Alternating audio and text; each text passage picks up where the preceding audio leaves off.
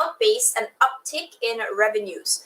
Last month's shortfall was more than thrice from last year's 37.6 billion and also wider than the 14 billion peso gap recorded in January of 2021. The Bureau of Treasury attributed the wider budget gap to the faster pace of spending after the government released 45 billion pesos in additional capital to state-run financial institutions. Overall state spending jumped by a third to 336 billion pesos in February, while the revenues grew by just 6.2% to 220 billion pesos.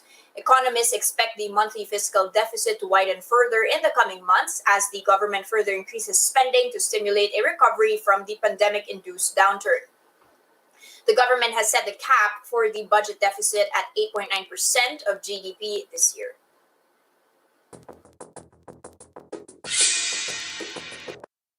Okay, guys, kicking off with a quick health check on the local unit amid that latest fiscal deficit print. You can see on my terminal here that we are actually strengthening a touch, trading at 48.5182, the greenback. That's after having a weekend yesterday that retreated yesterday versus the greenback due to this cautious sentiment after this wider budget deficit in February. But apart from that, traders were also looking at renewed restriction measures in more parts of the country, which was announced already yesterday. That's as the COVID infections continue, of course, to rise, still above 9,000 cases as of the last daily print. Now, also welcome to the last trading day of March, possibly a trading month that everybody does not want to revisit. But you can see on my terminal here, we're not alone in terms of the slide. At least yesterday, we can see Wall Street weakening a touch. That was down by 0.11% for the NASDAQ, and the S&P 500 was down by 0.3%. However, on the upside, you've actually got Asia Pacific opening in the green, at least for some of them, but they do seem to be reversing losses right now. Earlier on, the futures were pointing towards some gains here, but now the Nikkei 225 is down by 0.4%. The Taiwan TAIEX swinging between gains and losses here. Investors are anticipating more stimulus over in the United States.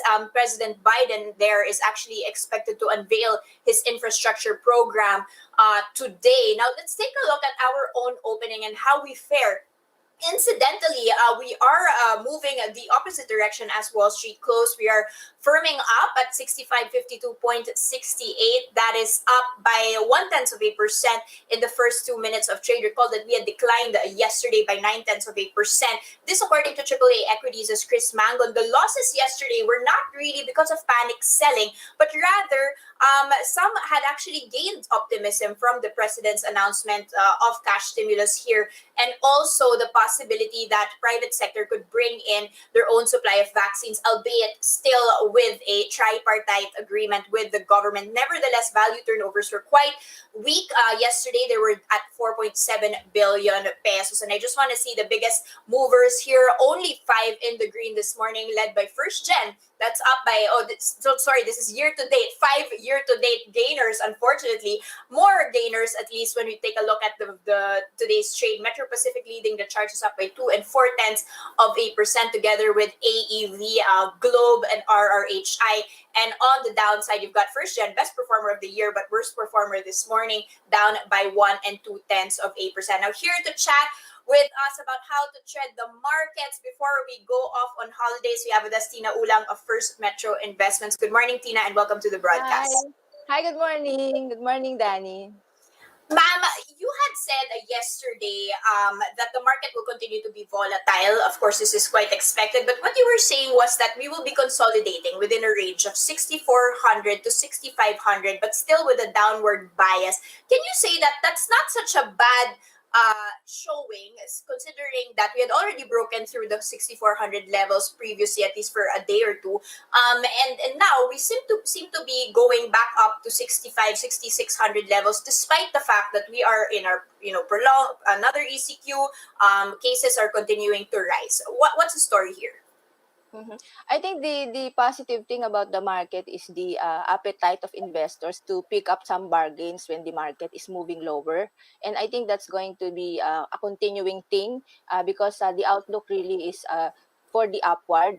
At the moment, there could be a consolidation, volatile trading, and it will test really your nerves, because there are a lot of uncertainties coming from the Philippine COVID variant, the virus variant that is very transmissible. That's number one. Our ECQ that has been triggered because of that, and also the fact that we don't know how long the ECQ will last. Although the positive thing about the ECQ is that this is a different version. We are having more mobility now, and industries are open.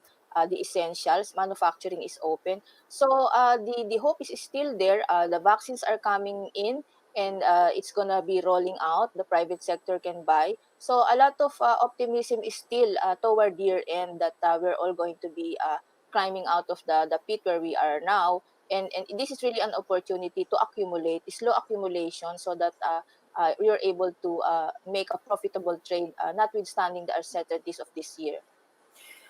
In the short term, are investors already pricing in at these levels a prolonged lockdown? Right now, the fact that the market has not dipped to 6,000 and there is not much of a panic selling, it's able to hold at 6,000. The PE is somewhere 16, 17. It shows the resiliency of this market, because what we're really having is a health crisis, and the direction is really going to be dictated by the health crisis. But we are fighting back in terms of the vaccination, and as soon as the vaccination is able to cover 70% of the population and we achieve herd immunity, then there's no way but for the economy to reopen and for corporate earnings and growth to recover. So this Mhm. is a testing time for all of us, for investors, for the patients, and for our skills in selecting the names of the stocks that will really be able to weather the storm. Okay. Ma'am, you're optimistic in the corporate side that earnings will be rebounding this year. What about on the economic fundamentals? We've seen unemployment rate increasing in February compared to January. Diba? So we were already Mhm. improving last year, and then now it seems that we have more jobless people compared to January. We had just reported a widening deficit, but that might also be a good thing, meaning we're spending for this response, and the inflation Mhm. levels are continuing to be elevated. Are you Mhm. Mhm. expecting that the economy will be stronger? Are these worrying signs for you? Mhm, mhm. Many are saying that we're going to be on the flattish side, like 4%, 5%, but government is very confident we're going to be like 6%, 7%. We don't know how long the ECQ will last, but I'm looking at the positive side of the equation, which is mainly the tempering of inflation. We've seen oil prices come down, like back to near $60 per barrel, and it will continue to be on the weaker side, because the virus is raging mad in Europe, and the economies of the world have not really staged a big comeback. But the indications globally is that we are slowly moving towards reopening. If you're going to look at the growth rates, expected growth rates of Malaysia, it's expected at 6 to 7%. Vietnam is 3%. It did 2%, 2.3% last year. China did 6% last year. Sorry, 2.3%, also same as Vietnam. And this year is going to be like 6%. The US is predicted to be hitting 5% in GDP. Europe is going to be like 3% in terms of GDP. So the whole world is recovering, but still there is some softness in oil, and so that is good for inflation. It's a growth recovery, but in a benign inflation environment. If you're going to look at Malaysian inflation, it's a negative 0.2. Indonesia is 1.5. We're the only one that is faced with a high inflation of like 4.7, but that is going to temper. I expect March inflation to be a bit subdued than 4.7, or if not steady as the BSP has indicated, and that's positive. And another thing that's good for us is that we've passed create. That's good for the investments overseas coming into the Philippines. The global economy is staging a recovery, slow but looking sure because of the vaccination rollout. And that's good for OFWs and BPOs and foreign direct investments coming in. The lockdown that we have allows for infrastructure continuation. And the Okay. budget this year is 4.5 trillion. So growth wise, the foundations are there. It's just that we need to contain the The numbers. virus spike. And one thing more, we don't have the excesses of the previous crisis. Like for example, do we have an imbalance in our balance of payments? Do we have an imbalance in our debt? No, we don't have that. Our Okay. debt levels are benign, 50% of GDP. Our external accounts very liquid. 110 billion in gross international reserves. Mhm. How many months worth of import are we able to cover? All-time high, 12 months worth of import. Okay. So we don't have a property bubble. So we don't have the excess imbalances and the excessive undesirable factors in the past crisis. So that's what's good about this economy. And we So are basta triple B maagapan lang rated yung numbers, plus. and that as long as the Yeah, health issue is yeah. solved, then And the yeah, economy and the actually appears in it. vaccination rolls on as expected. Okay, ma'am, let's focus on some specific companies that I wanted to talk about. One are the Dennis Uy companies or lead companies. We've got Phoenix Petroleum. They've actually just said that their fourth quarter profit reversed the losses in 2020. So they ended up with a net income. So that's 63 million pesos in 2020. Global oil prices, you mentioned that they're softening now, but they had recovered and the volume was actually higher. But they're also mulling some asset sales here to cover some future provisions or losses. And you've also got them, of course, separately having sold their to-go stake to SM. What's going on here, and are investors happy about these asset sales, thinking that they will be using this to cushion the blow?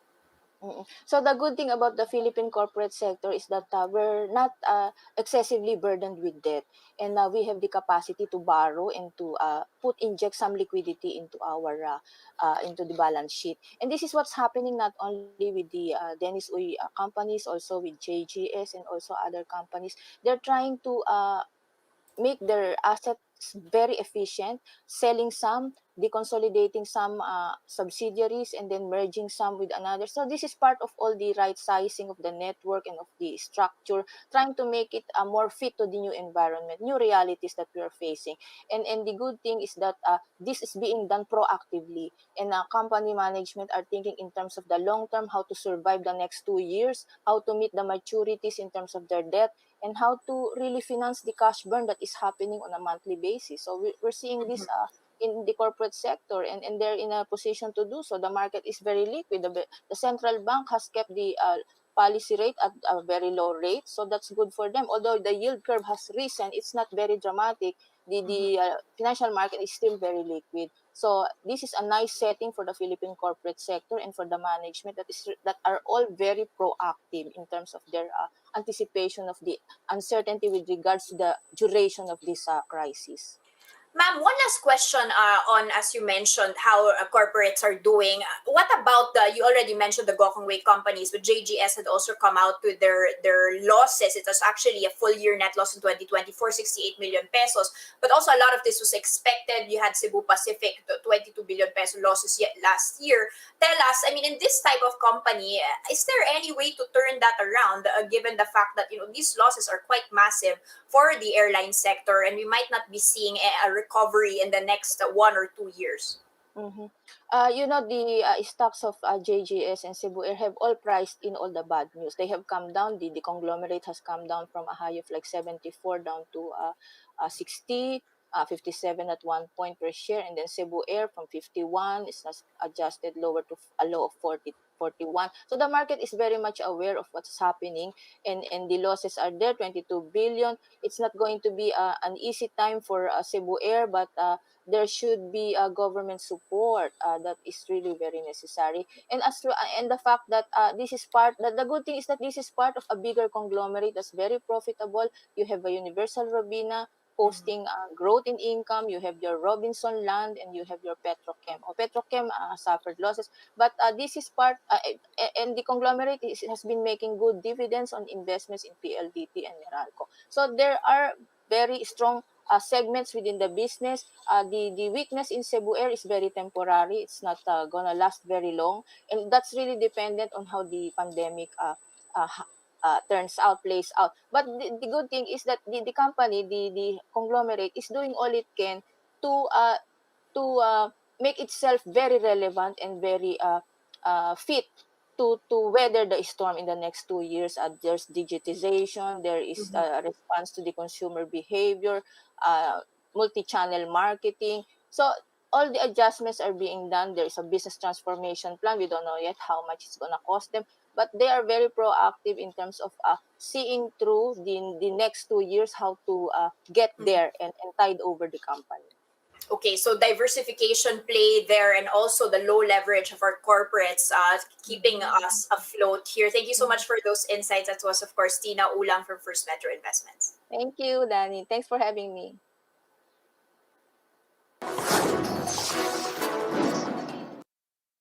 Here are other headlines we're keeping our eyes on. The BSP says there won't be another debt payment moratorium in light of the week-long ECQ. Still, banks are encouraged to continue extending relief measures to clients. The Bangko Sentral urged financial institutions to renew, restructure, and extend the terms of loans of borrowers based on their assessed cash flows. In a statement, the regulator said it granted prudential relief measures to BSP-supervised financial institutions to enable them to continue providing financial services amid the crisis. Recall that banks were mandated to extend a 30-day moratorium on loan payments under both Bayanihan 1 and 2, which already lapsed last year. The Philippines has raised about 55 billion yen, or about 24 billion pesos, from a 3-year samurai bond offering.